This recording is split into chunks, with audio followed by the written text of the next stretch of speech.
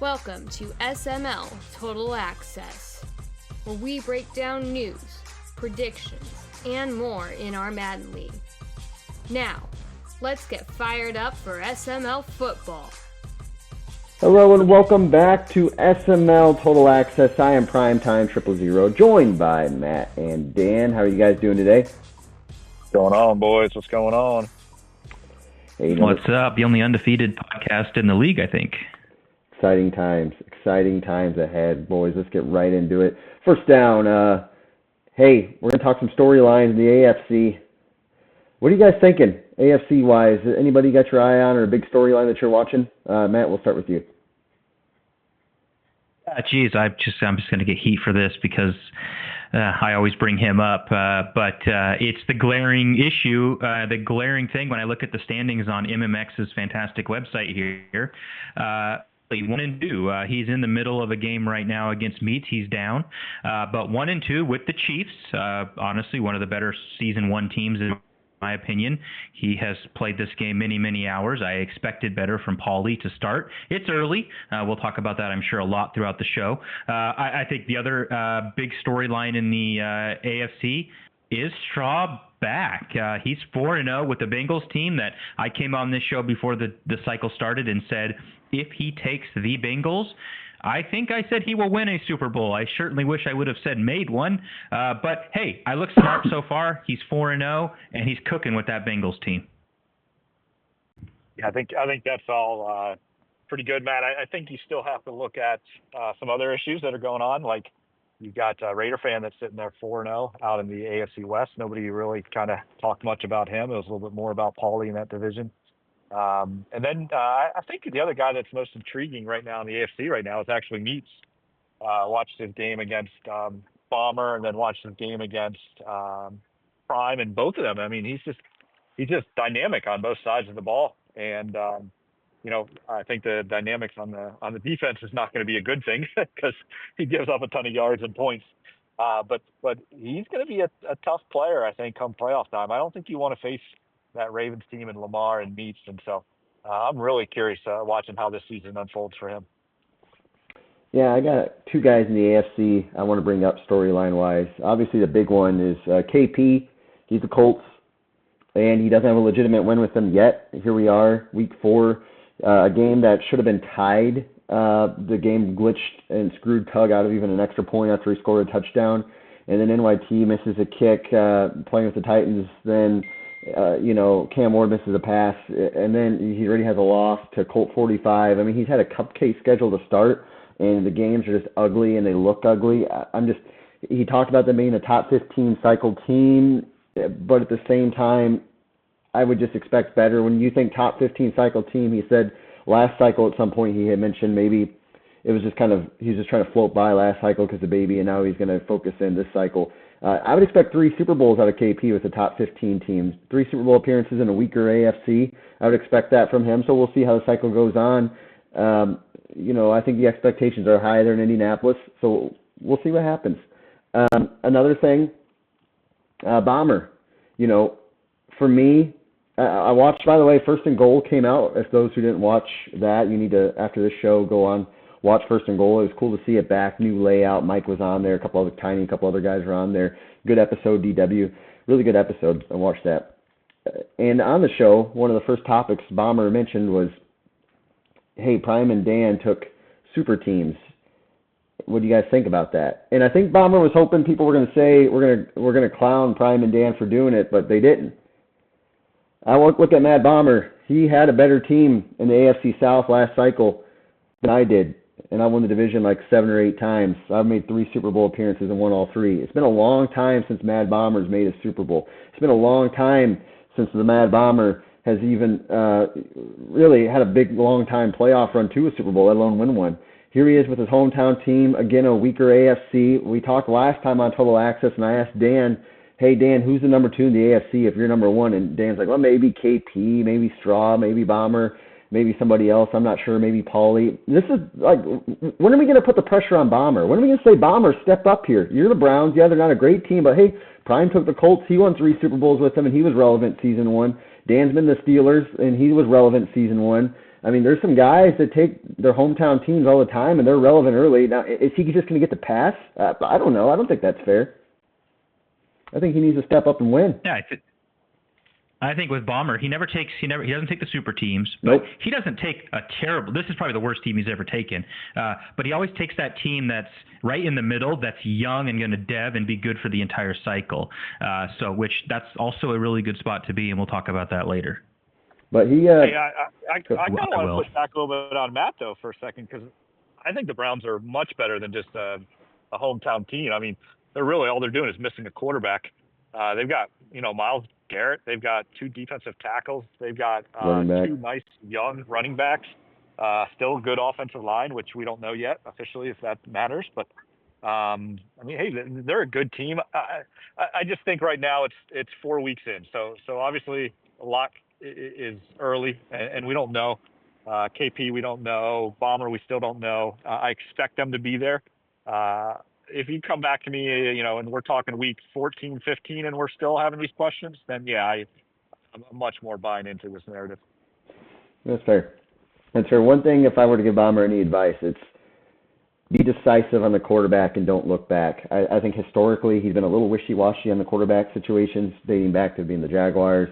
Even I think he was kind of getting burnt out last year, so he benched Stroud for a rookie. But just overall, even with the Browns, sometimes trading Baker Mayfield, and I forget what quarterback with the bad throwing motion he had. But anyway, he just needs to be decisive with his quarterback and just develop him and say, hey, I'm just going to work my offense around this guy. Second down, we talked about AFC. We're going to talk NFC storylines now. Dan, who are you looking at in the NFC? Well, I think there's a few pretty big storylines. One, I think, I got to give you credit for what you're doing with Milton. You got a nice team. You got a lot of weapons, a lot of things that you can, take advantage of. So you don't ask a lot from him, but he's doing what you need. So I just want to publicly make sure that I say that you're doing a good job there. Thank you. But really, I think the storylines for me are in the NFC South in 2 different ones. MMX with the Panthers undefeated, and assuming he won today, I didn't get to check that. Sorry, Neon. And then ZBD winless. So I think both of those are pretty shocking. I think if you would have said before this cycle, if those things were flipped, no one would be surprised. But here we are, and I'm curious to see how that's going to keep playing out. If people are going to figure out MMX, or is he's going to figure this out, or he's kind of been in the dump. Even in my DMs, kind of feeling like he's lost and confused, and so it's going to be interesting how those things play out in the NFC South. Yeah, I think MMX was my glaring, obvious one there. But I think for me, I'm going to group some guys together, and I'm going to group the omniscient guys. So ZBD, 0-4, had omniscient, was in the AFC Championship game. Soda had omniscient, and he was a force and in the Super Bowl, and was one of the Final 4 last. He was very successful at the end of the last cycle. He's 1-3. Gutta, 2-2. These omniscient guys suddenly don't have it, and I know it's early. Trust me, you said it. We'll continue to say it. We're 4 games into a brand new game, but these guys are sure struggling. And then, not talking about AFC anymore, but Grimm is the other one. We've got to give props if I'm going to talk about omniscient. He had it. He's 3-1, but 2 of his wins are against his division, which I think on paper for now, pre-cycle, we expected to be the weenie hut of the cycle. There has to be one. And then his other win is against the Saints, the worst team in the game. So, and he has a very, very good Bills team. So we'll see how that plays out. But I'm looking at the omniscient guy. Soda's down in the dumps. He's screaming Kyler Murray in chat. Game sucks in chat. Hey, guys, we banned one ability and suddenly things have flipped. Yeah, for me, a couple guys in the NFC. I got to start off. I hung my neck out for ZBD last time on Total Access, and then I doubled down halfway through on my weekly, whatever show I'm calling it, the recap show. And I got to say, ZBD has let me down. I guess he's been in Dan's DMs, it sounds like, but I watched his games. He competed against Stavo. He would make 6 good plays in a row, and then he would do a 360 no scope and triple coverage. He might be running the ball straight for 4 plays. He might get a 2-yard completion, then he'd run it sideways. He might get in the red zone, then he would throw a triple coverage fade.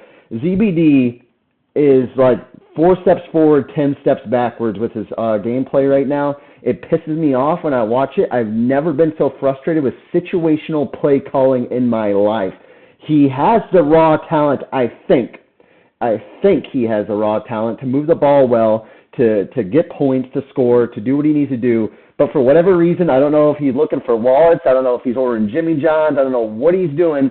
If his brain gets scattered and he just has to do something crazy. But he is the most frustrating player I have ever watched. Ever. I've been in the SML for 10 years. ZBD, if I ever rooted for this guy, I'd pull my hair out. It's like watching your favorite team and watching Anthony Richardson, because he's capable of hitting a 70-yard post route or literally throwing a left-handed sidearm ball in triple coverage. And I just can't stand watching ZBD, and I will never watch one of his games again and root for him. I am anti-ZBD moving forward. But on the flip side, and the good news, Hey, wait, Prime, before you get too far off that, I want to pull up an interesting point that you made. I think everyone needs to hear it, especially early on as we're figuring out this game and not everyone has all their stuff down or teams. Situational football wins you games. It wins you playoffs. It wins you Super Bowls. Just because you haven't figured out the game, work on your situational football. I think I'm 4-0 now, probably because 3 of the 4 games I just had better situational football than the other guys. So work on that. It'll make you a better player now and down the road. And I think you're 100% right on that. ZBD's, that's what's killing him right now. Yeah, I actually chose not to bring it up. I was going to bring it up in the AFC side of things. Like, hey, Dan's offense isn't great. He doesn't look good with Stroud, but he's winning games because he's smart situationally. And ZBD is the exact opposite. I feel like I'm trying to kick the dust up here, so I'm going to be nice now. Looking at the other Soda, he had a good win to start, and I think he's kind of given up on a season already, if I'm not mistaken. He's trying to trade some pieces, so I don't know what's going on there, but I think that's a big storyline. A lot of people thought he would compete for Super Bowl here in the NFC, but that's one guy I've got my eyes on. He was kind of pretty volatile last cycle, from missing the playoffs to 2 Super Bowl appearances, so I got my eyes on that one. Moving on. He's given up on the season. He's 1 game back from first place. A little dramatic, I think. Yeah. Well, it's also hilarious, too, because after week 1, he blew out, I think it was the Saints, and everyone was like, Soda knows how the game plays. He's put all that time in, all that effort in, and now we're a week later and 3 games later. We're basically done and giving up on Soda. So it's amazing how fast things can change. Yeah, it is, for sure. Third down now. Quarterback scrambles are more popular this year. I think quarterbacks can get out of pressure easier and roll around, kind of like how they used to in years past. What's your guys' thoughts on that? Just the ability to do that, gameplay, stuff like that. Matt, we'll start with you. I think for me, I think a lot of people get confused with, just because I don't do something doesn't mean that I don't think that other people should, which is not true. Dan used to run with his quarterback on me. Damon, everybody I played pretty much would take off with their quarterback. I never complained once. I think, like everything, moderation is key. Don't just be instantly running out and running with your quarterback every single time you need a gain or a big play, every big situation. I think my biggest issue is EA just doesn't really code for scrambling quarterbacks. They never really have. Some years are worse than others, this being on the worst side of things. So for me, my not running with the quarterback is me kind of moderating that, because I don't want to win that way. There's nothing wrong with it. Lamar's 96 speed. You got quarterbacks that are in the high 90s. Kyler Murray, I think, is 92. Milroe, Doink's running a lot with him. I see a lot of option plays too. Hey, those guys are weapons, and as long as it's in moderation, I think it's okay. Yeah. No, I think you did a great job there, Matt, because I think that's the key. Sorry, there's a little goal going off there. Anyways, so I think the key is as an SML league, we do have to police ourselves. Mm-hmm. We do have to be cautious of how much we take advantage of it. Now, again, I will also say, the defense is at fault for some of this as well, too, because if you just constantly rush 3, or if you don't put a spy out there, it's kind of hard for me to feel bad for you if you aren't trying things. That also being said, it's just hilarious sometimes watching Lamar Jackson on some of these design runs where they give him the I think it's called the NCAA speed boost. Like, he just takes off like he's shot out of a rocket. And so I might have a different opinion of this after I play meets next week. But right now, I think as a league, I think we're doing a pretty good job. I think we just have to keep staying on it and really be diligent of it, because it can be a slippery slope if we let that slip. Yeah, it's good. I played, obviously a lot of quarterbacks in the NFL now are mobile quarterbacks.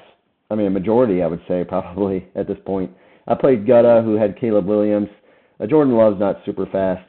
And the only quarterback where I really felt the difference was in Lamar, just because his top end speed. I mean, I think he's got like 94 speed, and his change of direction's crazy. And you should feel that if you're playing Lamar. And maybe it's a little extreme. And to your guys' point, in my opinion, and you could search it in Discord, I've said it a million times, most things are fine in moderation. I also think that if you roll out to avoid pressure and you reverse around, and you kind of out of panic or out of whatever to complete a pass, that's probably fine. But if you do that 3 or 4 times a game, that's probably an issue. So when I see these things happen, you just have to run that through the back of your head. And to Dan's point, or Matt's point, I should say, just because you don't do a certain thing doesn't automatically make it the law. And I think sometimes people struggle with that, is discerning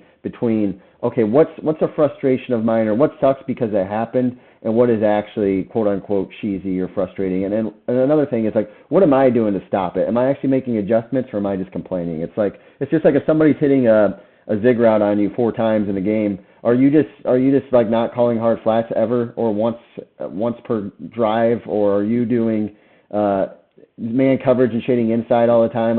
Sometimes we have to take a step back too and think, what are we doing that's causing this? Because maybe you're doing something defensively that's leading to these completions or leading to these runs as well. I think that's all I have to say.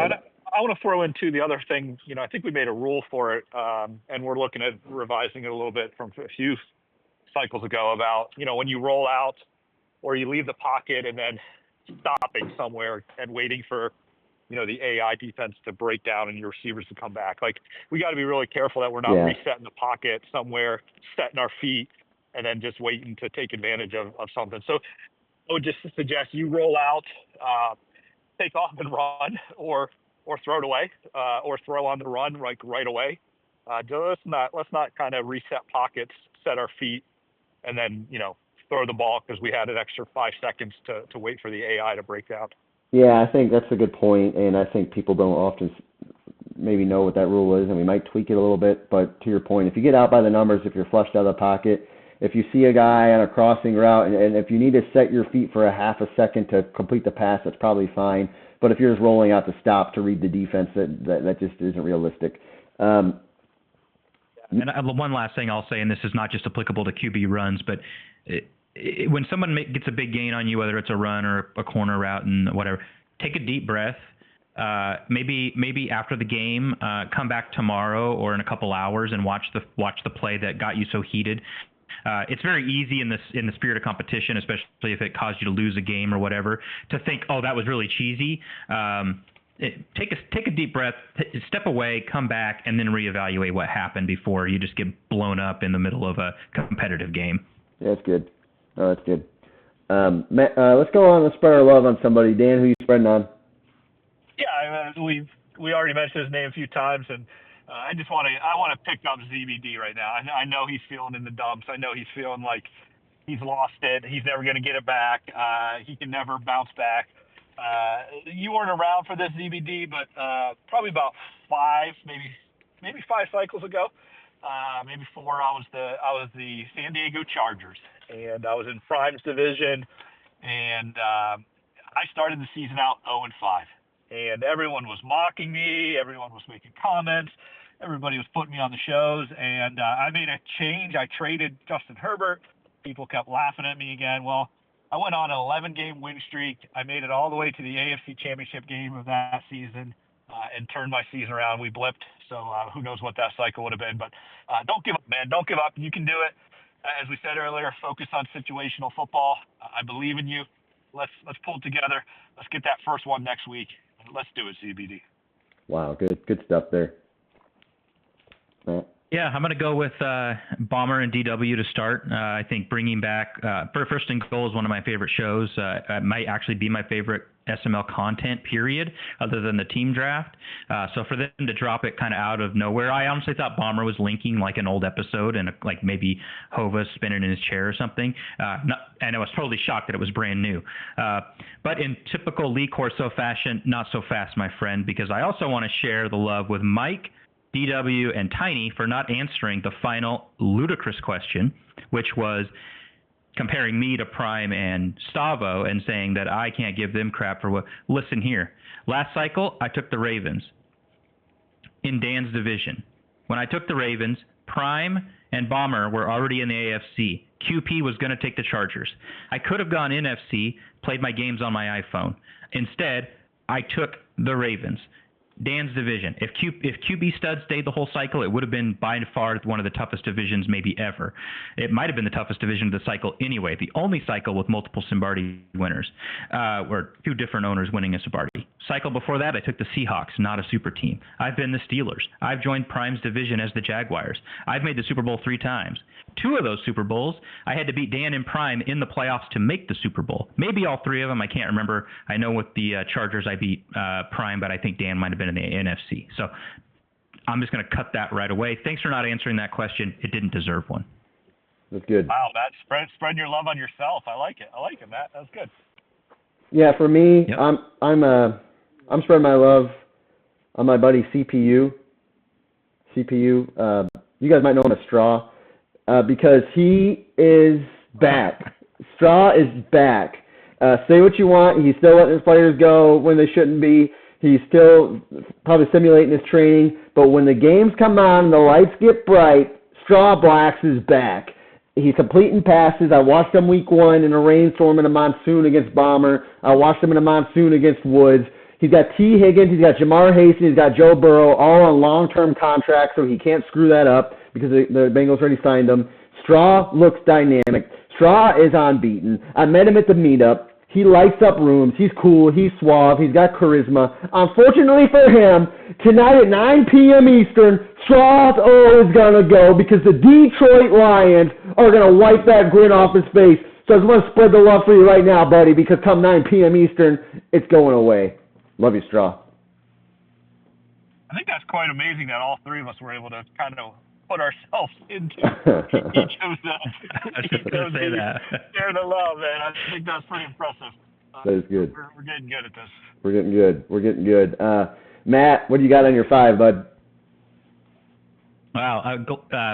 Prime, I'm glad that you dropped such a promo to get some attention on yourself. I don't have a 5 because it really hasn't changed since the last time outside of Paulie dropping out. So speaking of popularity, I had 2 of the 4 downs on First and Goal yesterday.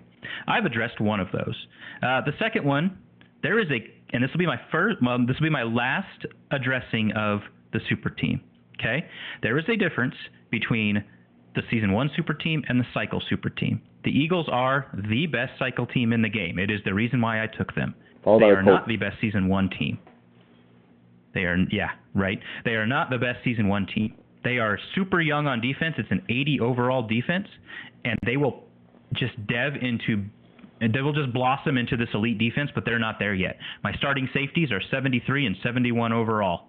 The only teams with 80 overall or less safeties on their teams are the Niners, Jags, Bengals, Bills, Chiefs, Commanders, and Cowboys. Everybody else has better safeties.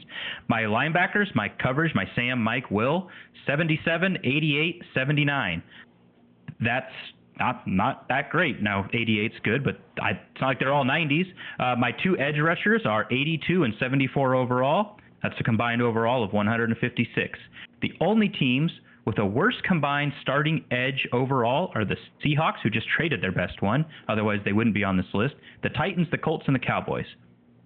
So, yes, the corners are good, but I don't have the best corners. Those are in New England. Those are in New York. Those are in Denver. Those are in Houston. I don't have the best corner combo. That's in Seattle. That people have said, and DW even said this, Matt's backups would start for my teams. Come on into the DMs, fellas. I got 2 trades left. If they're backups, I'd love to trade you them, but no one said a word. So if they'd start for your teams, Make me some offers, please. Tight ends are flying off the market. I can't get an offer for mine. I've posted Dallas Goedert multiple times. I haven't got a single offer for him. Not one person has DM'd me about these backups or my tight end. So put your money where your mouth is. It's easy to go on a show and say Matt's backups would start for my team. Come get them, baby. Come send me some offers. I would be glad to trade you some of these backups. So I got 2 trades left. First 2 guys that come in, I'll give you priority. Wow. Now, real quick, who are the top 3 season 1 teams? Top 3 season 1 teams in order? No, I don't care about order. Just top 3.